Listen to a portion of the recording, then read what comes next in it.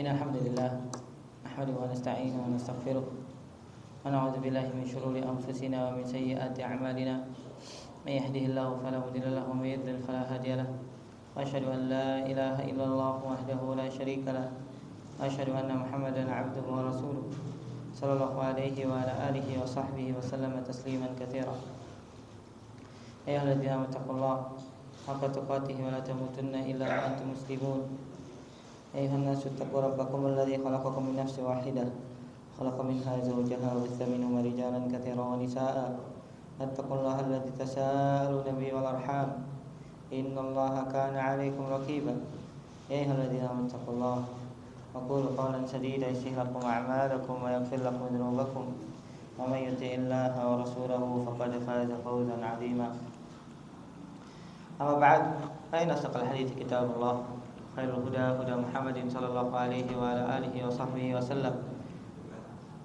شر الأمور محدثاتها فإن كل محدثة بدعة وكل بدعة ضلالة وكل ضلالة في النار. Bapak sekalian, jamaah salat maghrib Masjidul Ihsan, semoga Allah Subhanahu wa taala berikan kepada kita rahmat serta kasih sayangnya. Alhamdulillah, segala puji bagi Allah Azza wa Jalla yang telah memberikan kepada kita banyak sekali kenikmatan. Allah Subhanahu wa taala memberikannya tanpa ada perhitungan. Bahkan Allah Subhanahu wa taala telah menyebutkannya dalam Al-Qur'an. Siapa saja yang ingin menghitung nikmat Allah Subhanahu wa taala niscaya tidak akan mampu menghitungnya. Dan di antara nikmat Allah Subhanahu wa taala berikan adalah kita diberikan taufik oleh Allah Azza wa Jalla untuk bisa hadir menyisihkan waktu dalam rangka kita menuntut ilmu. Semoga Allah Subhanahu wa taala memberikan kepada kita kemudahan jalan menuju surga. Bagaimana sabda Nabi sallallahu alaihi wasallam, "Man salaka tariqan yaltamisu fihi ilman, sahhalallahu lahu bihi tariqan ilal jannah." Dan hadirnya kita, semoga Allah Subhanahu wa taala memudahkan langkah kita menuju surga. Hadirnya kita, semoga Allah Azza wa Jalla berkenan memberikan pengampunan kepada kita semua. Amin ya rabbal alamin. Jemaah sekalian, rahmat Allah Subhanahu wa taala, insyaallah kembali kita akan melanjutkan kajian dari fikih muamalah dengan bacaan serta ta'liq kitab Halal Haram Bisnis Online yang dikarang oleh Al-Ustaz Aminul Ba'id waffaqahullah wa saddadah. Kita masih dalam pembahasan tentang marketplace dalam pandangan beliau hafizahullahu ta'ala. Tidak salah, kita sudah sampai pada skema transaksi di marketplace. Betul tidak jemaah? Halaman 116. Bagian ketiga itu skema transaksi di marketplace. Nah, siapa yang mau membaca jemaah? Betul. Bismillahirrahmanirrahim. Ketiga, skema transaksi di marketplace. Penjual mendaftarkan dirinya untuk membuka lapak di marketplace. Selanjutnya dia pasang foto barang di sana. Kemudian si A berminat untuk membelinya. Lalu si A memasukkan barang itu ke keranjang belanja. Setelah diperiksa dan benar-benar sesuai, si A membeli barang itu dengan mentransfer harga barang dan biaya ongkir jika tidak gratis. Uang yang ditransfer konsumen tidak langsung diterima oleh penjual, namun ditahan di rekening sampai ada notifikasi bahwa barang telah tiba di tempat pembeli dengan selamat. Lalu nominal itu masuk ke dompet virtual penjual dan selanjutnya penjual memiliki hak untuk mencairkannya. Jika kita buat diagram aliran, urutannya sebagai berikut. Penjual memasang barang A, kemudian konsumen memilih barang A, selanjutnya konsumen memasukkan barang ke keranjang belanja, selanjutnya konsumen membeli dengan transfer senilai harga barang dan ongkir, selanjutnya penjual mendapat notifikasi dari marketplace untuk mengirim barang, selanjutnya penjual mengirim barang, terakhir barang sampai di konsumen. Nah, skema transaksi di marketplace, insyaallah antum sudah mengetahuinya. Siapa di sini jamaah yang belum pernah sama sekali jual beli online di marketplace? Angkat tangan coba. Nggak ngerti antum? Nggak ngerti juga nggak apa-apa. Antum nggak dapat pahala juga jualan di sana atau beli.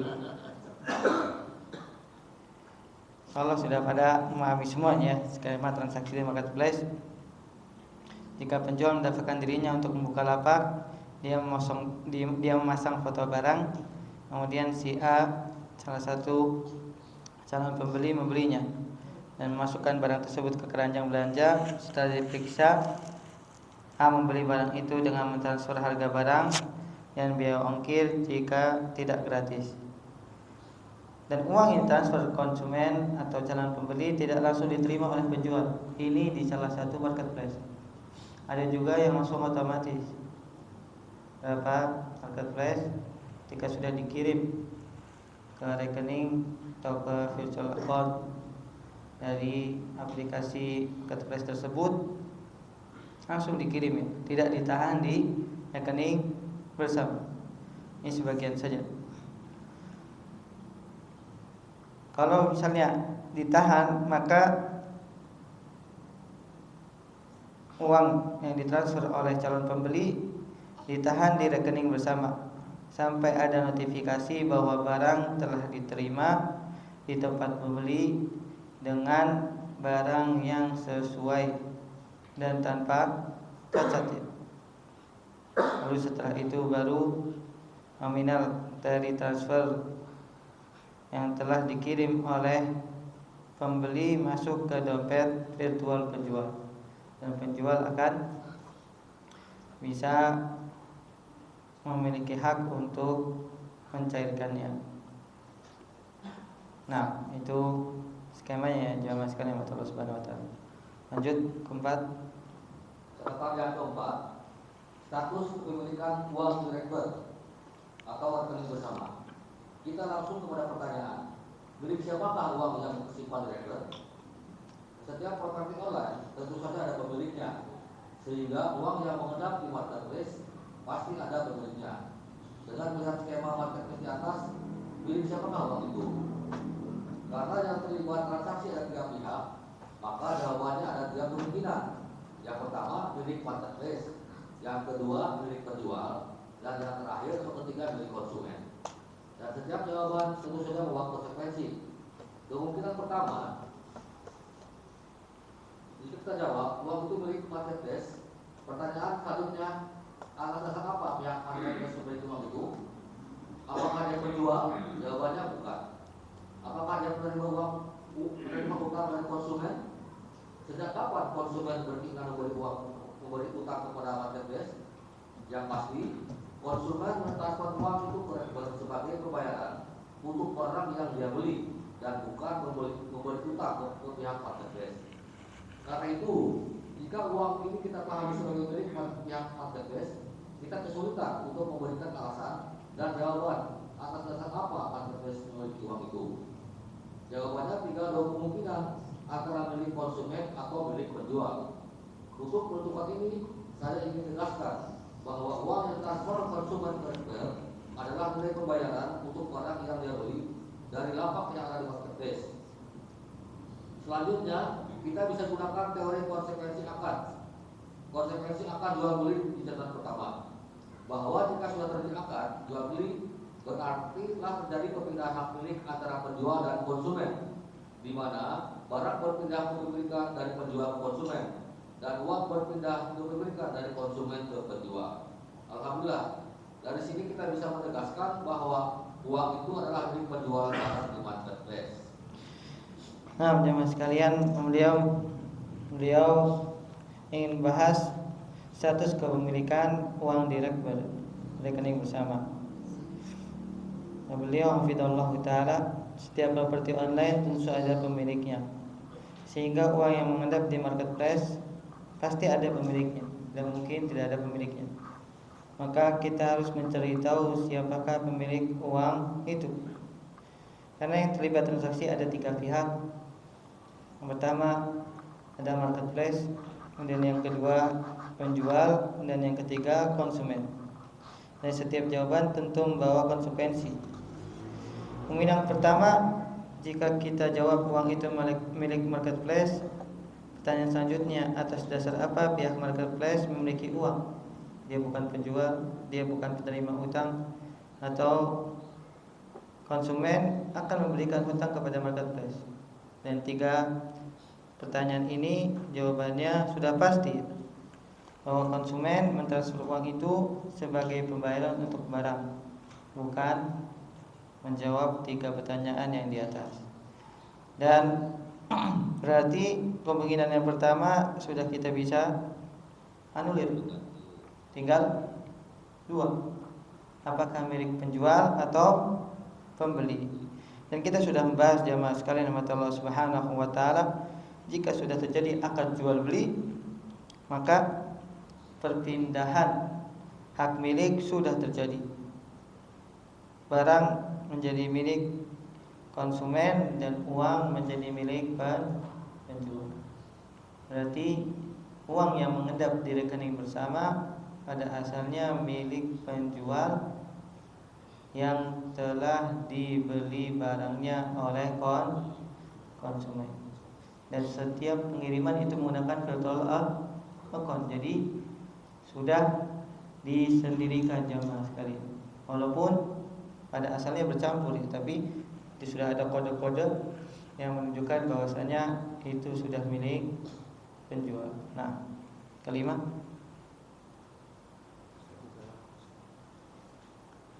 nanti ada pesan Bapak.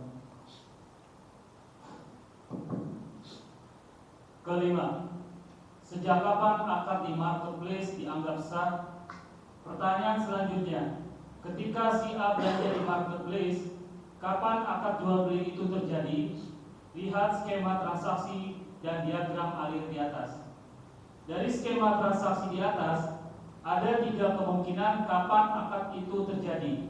Yang pertama, ketika konsumen menaruh daftar barang yang dia pilih di keranjang belanja.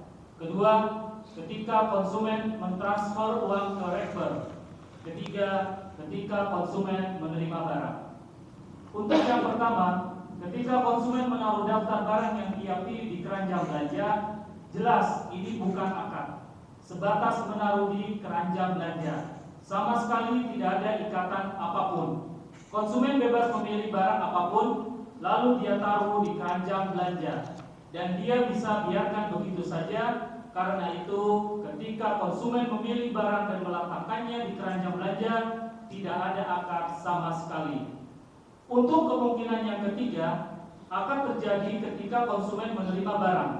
Di sini konsumen hanya menerima barang dan tidak melakukan akad, tidak melakukan penjual mengirim barang ke konsumen, sementara konsumen belum membeli barang itu, sehingga pastinya akad sudah terjadi sebelum konsumen menerima barang.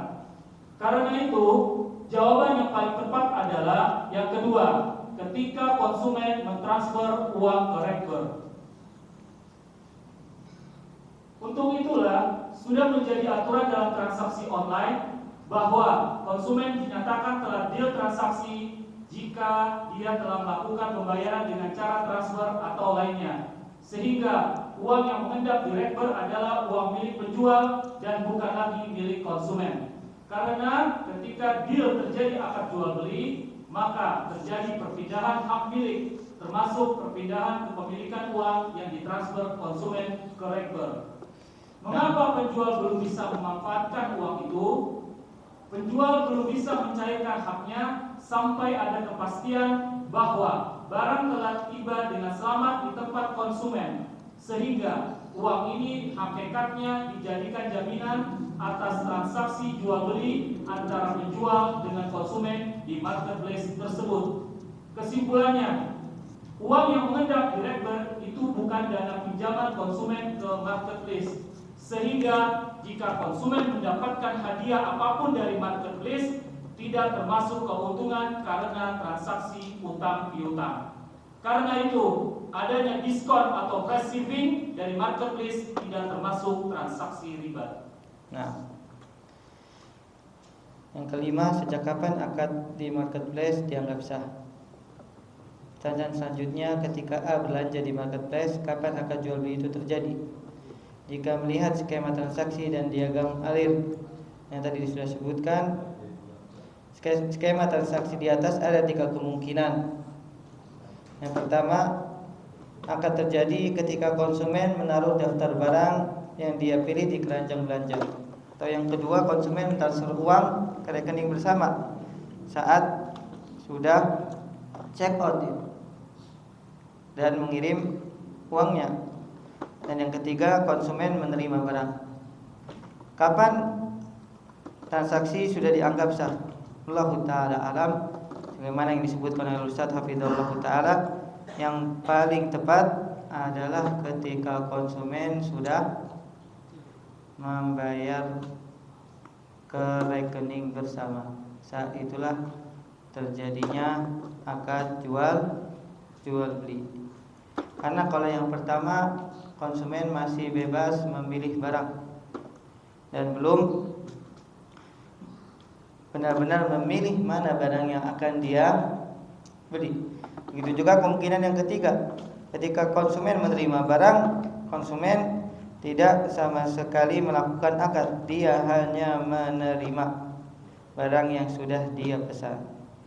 Maka yang lebih tepat, kemungkinan yang kedua, saat konsumen telah mengirim uang ke rekening bersama, misalnya sekarang menggunakan visual account, VA-nya, berarti disitulah akad sudah terjadi. Timbul pertanyaan, kalau seandainya akad sudah terjadi, kenapa penjual belum bisa memanfaatkan uang itu? Maka disinilah letak manfaatnya marketplace, agar tidak terjadi penipuan. Ketika penjual belum ada kepastian dari barang yang telah tiba dengan selamat di tempat konsumen, maka uangnya hakikatnya menjadi jaminan atas transaksi jual beli. Berarti kata beliau hafizallahu ta'ala, uang yang mengendap di rekening bersama itu bukan dana pinjaman ke marketplace. Sehingga jika konsumen mendapatkan hadiah dari marketplace tidak termasuk keuntungan karena transaksi hutang piutang. Jika ada diskon atau free shipping dari marketplace, maka tidak termasuk riba insyaallah ta'ala. Nah, betul. Keenam, regulasi dana Rekber. Dengan hanya melihat skema transaksi di atas, kita bisa menyimpulkan bahwa secara umum tidak ada masalah dengan transaksi di marketplace, baik bagi mereka yang berjualan maupun bagi konsumennya. Karena posisi marketplace tidak ubahnya hanya sebagai pasar online yang mempertemukan sekelompok penjual dengan sekelompok pembeli. Selanjutnya kita membahas posisi regulasi dana di Rekber. Mengenai regulasi untuk dana di Rekber, beberapa kawan yang di OJK menyebutkan bahwa prinsipnya marketplace sepanjang tidak memiliki produk e-money yang bisa dipakai untuk pembayaran dengan pihak lain, maka tidak diawasi oleh mereka. Karena marketplace sendiri tidak masuk kategori lembaga keuangan. Selama dana di Rekber hanya sekedar digunakan untuk penampungan sementara saja, tidak perlu izin. Salah satu deputi di EJK bahwa menegaskan bahwa marketplace seperti Tokopedia, Shopee dan lain-lainnya tidak di bawah pengawasan OJK. Mereka diawasi oleh Kemendak, Kementerian Perdagangan. Artinya, mereka yang di OJK memahami bahwa dana itu hanyalah titipan yang dijadikan jaminan untuk memastikan bahwa penjual di marketplace tidak menipu dan akan mengirim barang sesuai yang diinginkan konsumen. Yang menjadi pertanyaan, apakah para pengguna marketplace juga berkepentingan terhadap regulasi pemerintah terkait dana direkber, dan apakah regulasi itu akan mengubah skema akad di marketplace? Sebagai ilustrasi, si A mau safar selama sebulan dan menitipkan HP ke si B, bahwa nanti akan ada si C mengambil HP itu dan dia menyerahkan uang 3 juta.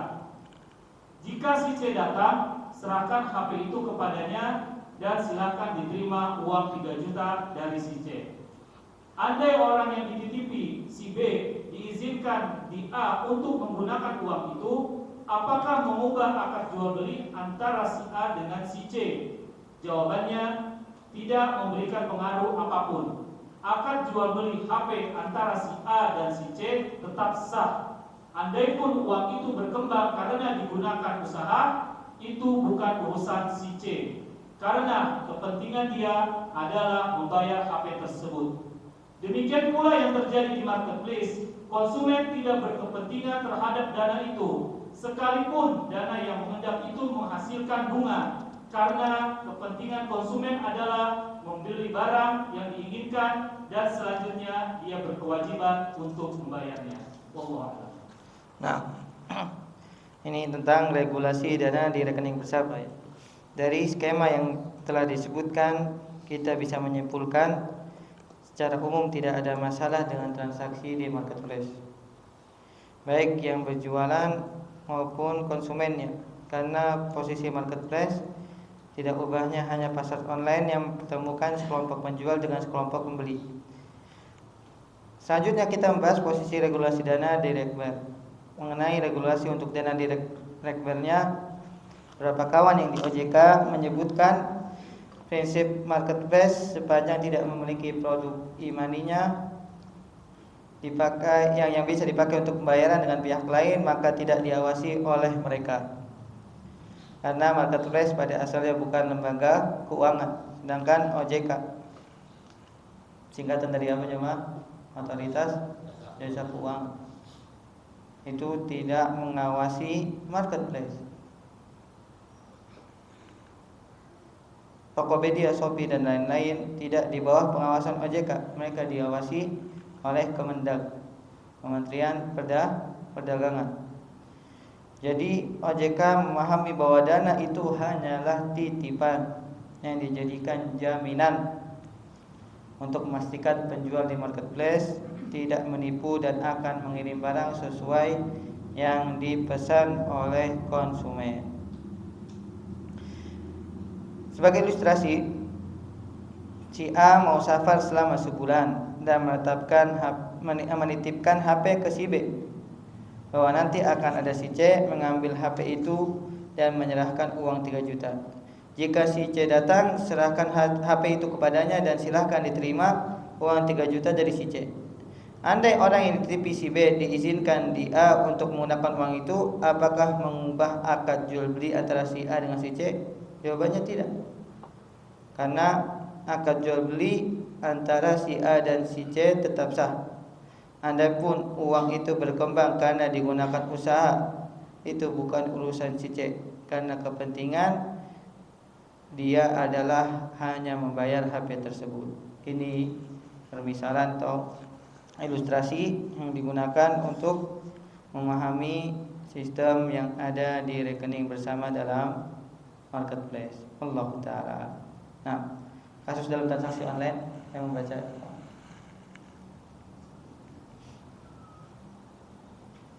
nanti yang buku kita. Kasus dalam transaksi online.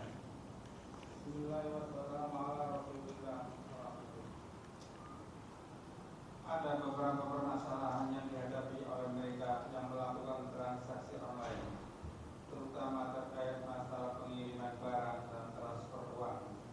Kata orang, hidup di jalan itu penuh resiko, termasuk resiko ketika hidup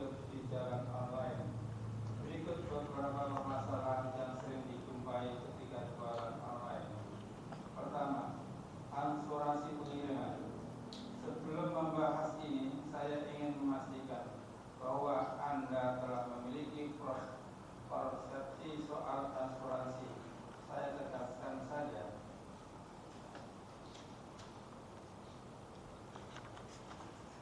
hampir semua asuransi yang berkembang di masyarakat kita adalah asuransi komersial dan bukan asuransi sosial.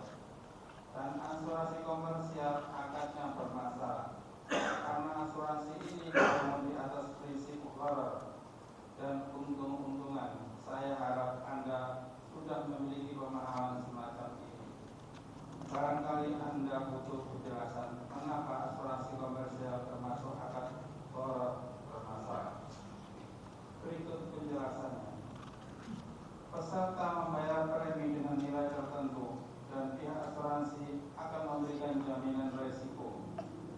Dalam bentuk, jika nasabah asuransi mengalami risiko, maka pihak asuransi akan menyediakan dana untuk pengobatan atau santunan atau lainnya dengan nominal sesuai dengan kesepakatan. Padahal kita memahami keberadaan risiko sangat tidak pasti, mengikuti alur takdir, dan siapapun manusia, ia buta dengan takdir. Sehingga pada saat nasabah membayar premi asuransi, dia mendapatkan sesuatu yang tidak pasti, antara mendapat klaim besar atau premi yang dia bayarkan akan hangus. Dan itulah transaksi gharar. Dalam hadis Abu Hurairah radhiyallahu anhu, beliau mengatakan, Rasulullah Shallallahu Alaihi Wasallam melarang jual beli dengan cara melempar kerikil dan melarang jual beli gharar. Hadis riwayat Ahmad 8884, Muslim 3881 dan lainnya. Transaksi yang mengandung gharar dilarang karena ada unsur mukhatarah atau untung-untungan, dan itulah ciri utama judi. Allah berfirman, Ya ayyuhalladzina amanu innamal khamru wal maisiru wal ansabu wal azlamu rizqun min amali syaitan fastanibuhu la'allakum tuflihun. Hai orang-orang yang beriman, sesungguhnya meminum khamr, berjudi, berkorban untuk berhala, mengundi nasib dengan panah adalah termasuk perbuatan syaitan. Maka jauhlah perbuatan-perbuatan itu agar kamu mendapat keberuntungan. Surat Al-Maidah 90. Syekhul Islam mengatakan, Nabi Sallallahu Alaihi Wasallam mengharamkan beberapa transaksi karena mengandung larangan Allah dalam Al-Quran. Dalam kitabnya Allah mengharamkan riba dan judi. Nabi Sallallahu Alaihi Wasallam mengharamkan jual beli gharar karena termasuk untuk judi. Dan kita bisa lihat unsur judi itu dalam akad asuransi. Nasabah membayar premi yang nilainya kecil dan dia mendapat janji dengan nilai besar. Sementara yang menjadi taruhannya adalah kesehatannya, keselamatannya, bukan nyawanya. Setelah nasabah bayar premi, jika dia sakit, dia dapat klaim polis dengan nilai besar. Jika dia kecelakaan, dapat klaim polis dengan nilai besar. Dan jika dia mati, dapat klaim polis yang lebih besar lagi. Praktek ini juga berlaku dalam asuransi pengiriman barang. Customer membayar asuransi sesuai dengan yang ditentukan. Dan jika terjadi risiko apapun terhadap keselamatan barang, pihak asuransi akan mengganti sesuai dengan nilai yang disepakati. Salah satu perusahaan ekspedisi siap memberikan biaya ganti rugi 10 kali lipat dari total biaya pengiriman. Dan jika ternyata barang selamat sampai tujuan, premi yang dibayarkan akan hangus. Nah, kita masuk beberapa kasus dalam transaksi online, terutama di marketplace jamaah sekalian rahmat Allah Subhanahu wa taala. Yang pertama, beliau membahas tentang asuransi pengiriman. Di footnote bisa dibaca jamaah sekalian, asuransi muncul dalam asuransi pengiriman barang ya. Itu terjadi abad ke-14 Masehi di Italia. Mereka menyebutnya saukaroh. Dalam bahasa Latin artinya asuransi. Transaksi ini mereka lakukan untuk memberikan jaminan keamanan bagi para pedagang yang mengirim barang melalui jalur laut antara Maroko dengan Italia. Selama beberapa tahun, asuransi hanya mereka terapkan untuk menjamin resiko bahaya laut. Hingga akhirnya terjadi kebakaran besar di London tahun 1666 Masehi yang melenyapkan lebih dari 30.000 rumah. Setelah itu mereka membuat asuransi untuk resiko di daratan. Ini pada asalnya ternyata asuransi itu muncul untuk memberikan kenyamanan dan juga keamanan saat pengiriman barang. Kemudian akhirnya berkembang menjadi asuransi resiko yang ada di darat, darat. Sebelum membahas ini, kata beliau hafizallahu taala, saya ingin memastikan bahwa Anda telah memiliki persepsi soal asuransi yang sudah kita bahas pada bahasan buku sebelumnya ya. Bahwasanya pada asalnya asuransi yang berkembang di masyarakat adalah asuransi komersil. Asuransi komersil dan bukan asuransi sosial. Kita sudah menyebutkan juga bahwasanya asuransi itu ada dua jenis. Ada asuransi yang bersifat tijari atau komersil, ada juga asuransi yang dijadikan sebagai asuransi sosial. Kalau di masa kini contohnya adalah BPJS, jamaah sekalian Allah Subhanahu wa taala. Dan para ulama menyebutkan kalau asuransi komersil maka akadnya bermasalah karena prinsipnya dibangun di atas prinsip gharar dan untung-untungan. Ini yang menyebabkan asuransi komersil, dalam bahasa Arab ta'min tijari, itu dipermasalahkan oleh para ulama. Beliau menyebutkan sebagai murojaah, peserta membayar premi dengan nilai tertentu dan pihak asuransi akan memberikan jaminan risiko. Dalam bentuk jika nasabah asuransi mengalami risiko, maka pihak asuransi akan menyediakan dana untuk pengobatan atau santunan dengan nominal sesuai kesepakatan. Padahal kita memahami keberadaan risiko sangat tidak pasti mengikuti alur takdir, dan siapapun manusia dia tidak mengetahui takdirnya. Jika nasabah membayar premi dan dia mendapatkan sesuatu yang tidak pasti ya, antara mendapat klaim besar atau premi yang dibayarkan akan hangus, dan itulah yang dinamakan transaksi gharar. Nah, kita dengarkan ada terlebih dahulu jamaah. Kita lanjutkan insyaallah setelah ada. Amin. Wassalamu warahmatullahi wabarakatuh. Yakmalani ila rahmatil alamin nabiyina Muhammadin wa ala alihi wa ashabihi wa tabi'ahum bi ihsanin ila yaumiddin wa ba'd. Ya mas kalimat Allah Subhanahu wa taala, hakikat asuransi adalah perjudian, ketidaktahuan apa yang akan terjadi di masa yang akan datang. Kalau seandainya sudah membayar premi selama 5 tahun misalnya, selama 5 tahun dia tidak pernah sakit, atau asuransi kematian ya belum mati-mati, maka dia sudah membayar tanpa ada jamaah, tanpa ada timbal balik. Ini merupakan sebuah perjudian. Dia sudah membayar tapi dia belum mendapatkan timbal balik. Atau dia baru membayar sebulan, tiba-tiba dia mendapati kecelakaan yang preminya itu hampir 10 bahkan 20 kali lipat dari apa yang telah dia bayar. Maka sungguh merupakan transaksi yang benar-benar tidak jelas apa yang didapatkan oleh si pembayar atau konsumen asuransi tersebut. Kalau misalnya tidak kecelakaan, dia rugi hangus, tapi untung karena saya sehat. Tapi ketika dia sakit malah untung mendapatkan ganti dari asuransinya. Dan ini adalah benar-benar transaksi yang dilarang oleh para ulama dan termasuk perjudian. Nah, betul.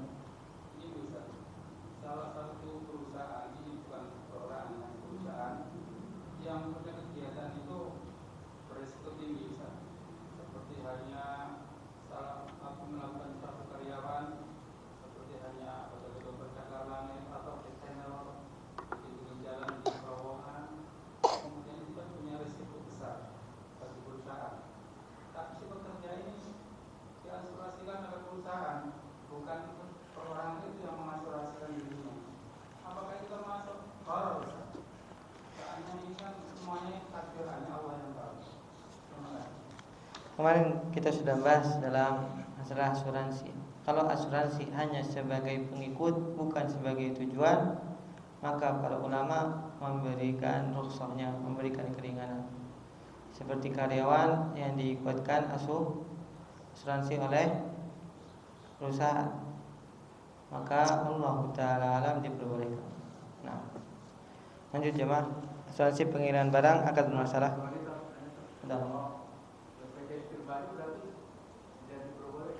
Kemarin sudah dibahas BPJS, antum murojaah. Rekamannya ada kan Abu Naifah? Kamu ada BPJS? Ada. Kalau antum dengarkan. Nah, asuransi pengiriman barang. gantian. Antum baca. Muhammadin.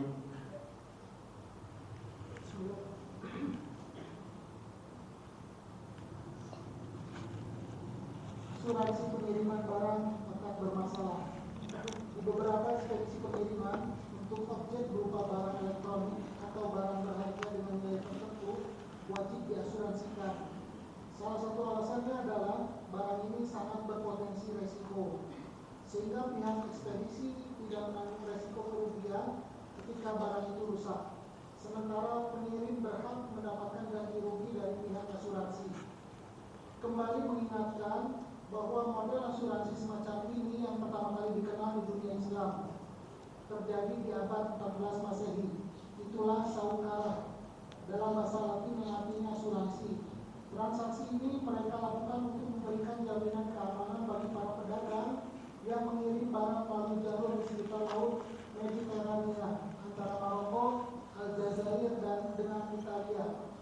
Pada saat kasus ini diangkat kepada para ulama, di antara fatwa yang disampaikan adalah fatwa seorang ulama besar, Imam Ibnu Abidin. Beliau menjelaskan yang artinya, menurut yang saya pahami, tidak halal bagi para pedagang untuk mengambil ganti rugi dari barang yang hilang, karena ini termasuk mewajibkan orang lain yang bukan kewajibannya. Dinukil dari Takmilah Al-Majmu' Sahih Al-Muhazzab Muhammad Najib Al-Putri. Artinya apa yang tidak diwajibkan secara syariat tidak bisa menjadi kewajiban baginya. Mengapa beliau sebut mewajibkan orang lain yang bukan kewajibannya? Adalah sebagai ilustrasi. Sebagai ilustrasi,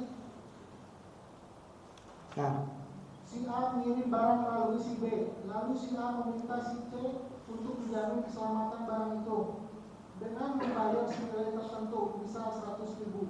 Pada saat terjadi resiko, klaim yang diajukan senilai 1 juta, nilainya jauh lebih besar, selisih 900.000. Padahal barang itu milik si A. Lalu mengapa ketika barang itu rusak atau hilang, si C yang diminta menanggung ganti rugi? Itulah yang dimaksud mewajibkan orang lain yang bukan kewajibannya. Kita sakit, kita kecelakaan, siapa yang seharusnya menanggung resiko musibah itu? Jawabannya, seharusnya sendiri, bukan orang lain. Ketika resiko itu dilimpahkan ke orang lain, termasuk mewajibkan orang lain yang bukan kewajibannya. nah. Adapun asuransi pengiriman barang akadnya bermasalah. Kenapa? Di beberapa ekspedisi pengiriman untuk objek berupa barang elektronik atau barang berharga wajib diasuransikan. Salah satu alasannya barang ini sangat berpotensi resiko, sehingga pihak ekspedisi tidak menanggung resiko kerugian ketika barang itu rusak. sementara pengirim berhak mendapatkan ganti rugi dari pihak asuransi. Ketika sistem ini berlaku, maka kita menjadi ingat model asuransi yang dahulu terjadi, ya, itu saukaroh yang tadi disebutkan di footnote, ya.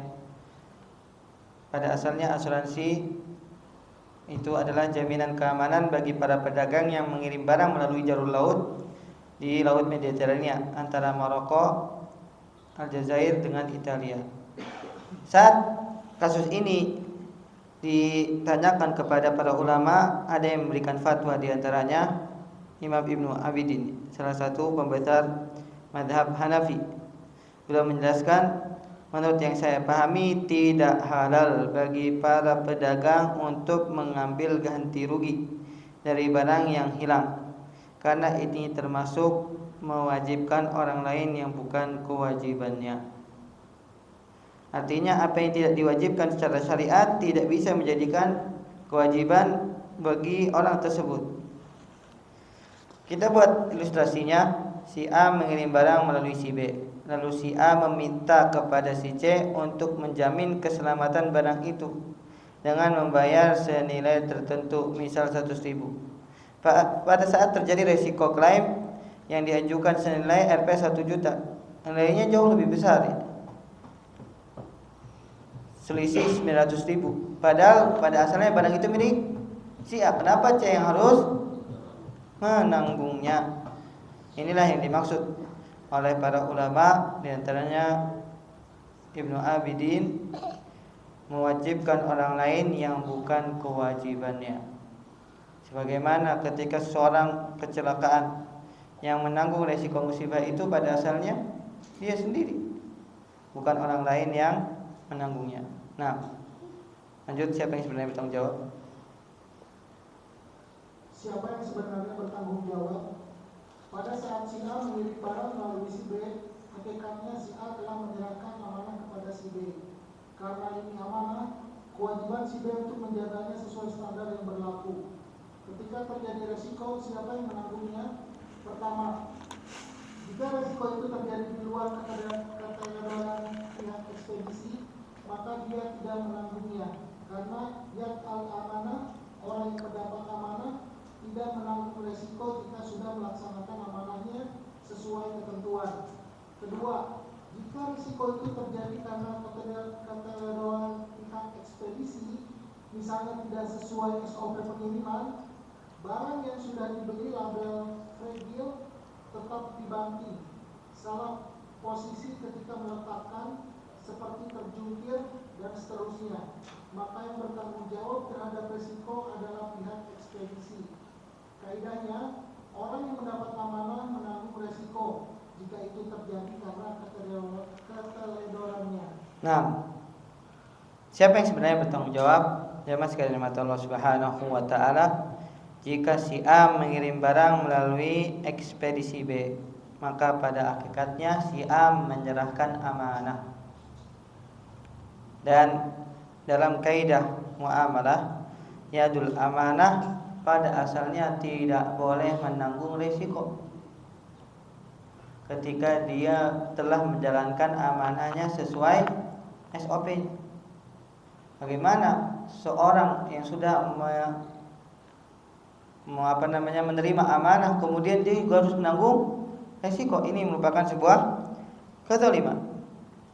Jika risiko itu terjadi di luar ketentuan, maka dia tidak boleh menanggungnya, yaitu pihak ekspedisi, karena sudah diamanahkan. Dan yadul amanah, kata para ulama, tidak boleh menanggung risiko. Beda dengan yadul dhaman, tangan yang menjamin, maka segala hal harus dia ambil resikonya. Contoh yadul dhaman apa? Hutang piutang itu yang namanya yadul dhaman. Dalam keadaan apapun dia harus mengembalikan uang yang telah dia berhutang. Bisa difahami jamaah? Adapun yadul amanah, maka pada asalnya jamaah tidak boleh seseorang meminta ganti rugi, karena pada asalnya dia sudah diamanahi. atau sudah diamanahkan, maka tidak boleh menanggung resiko kecuali jika yang diberi amanah melanggar SOP-nya. Misalnya disebutkan di sini sudah tercantum jelas barang mudah pecah, malah dibanting, atau harus diletakkan, sudah diberikan arah ke atas ya anak panahnya, tapi malah dijungkirkan misalnya, maka ini baru menanggung resiko. Nah, betul.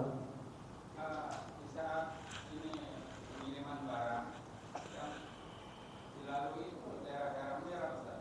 Kemudian barang itu diasurasikan oleh pemiliknya, apa kita masuk order? Masalahnya itu berisiko tinggi, seperti animal di laut, dari ini atau laut dalam daerah-daerah Afrika ini. Tadi kan sudah disebutkan oleh Imam Ibnu Abadi.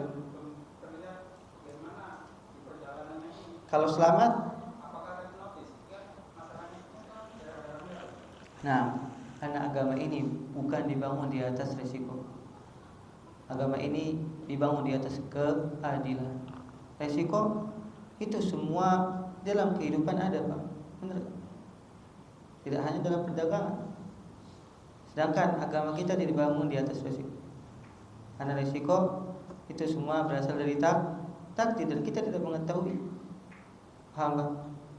Maka fatwa Imam Ibnu Abidin sangat jelas sekali dilarang transaksi tersebut atau menggunakan asuransi tersebut. Nah, lanjut Pak. Lalu bagaimana jika asuransi itu jadi syarat pengiriman? Lalu bagaimana jika asuransi itu jadi syarat pengiriman? Di beberapa ekspedisi untuk barang dengan nilai tertentu ini menjadi syarat. Anda di sana ada pilihan, boleh tidak ikut asuransi, Anda pilih yang ini. Bagaimana bila tidak ada pilihan ini? Dalam arti jika tidak diasuransikan, mereka tidak bersedia menerima barang Anda, sehingga hanya ada dua pilihan. Pertama, berbohong ketika menyebutkan harga barang atau jenis barang yang dikirim. Kedua, tetap ikut asuransi. Untuk pilihan pertama, jelas tidak selayaknya dilakukan. Anda meninggalkan asuransi untuk menghindari yang dilarang. Sementara dalam hal ini, Anda tidak perlu melakukan pelanggaran yang dilarang untuk menghindari yang dilarang. Sehingga pilihannya tinggal yang kedua. Nah, mempersingkat saja jemaah. Kalau seandainya asuransi ini memberikan syarat atau ekspedisi ini memberikan syarat asuransi, maka ada dua kemungkinan: kita berbohong jenis barang yang kita kirim, atau yang kedua kita harus ikut asuransi. Maka Allah Ta'ala alam, kita pilih yang kedua. Dan pada asalnya asuransi dalam pengiriman hanya sebagai pengikut saja, sebagaimana disebutkan dalam buku ini sebagai ringkasan. Maka Allah Ta'ala alam, kata beliau hafidhahullah ta'ala, hukumnya mubah. Nah, kita cukupkan jamaah sekalian, insyaallah pada pertemuan berikutnya kita akan lanjutkan pembahasan ini. Subhanakallahumma wa bihamdika, asyhadu an la ilaha illa anta, astaghfiruka wa atubu ilaik. Assalamualaikum warahmatullahi wabarakatuh.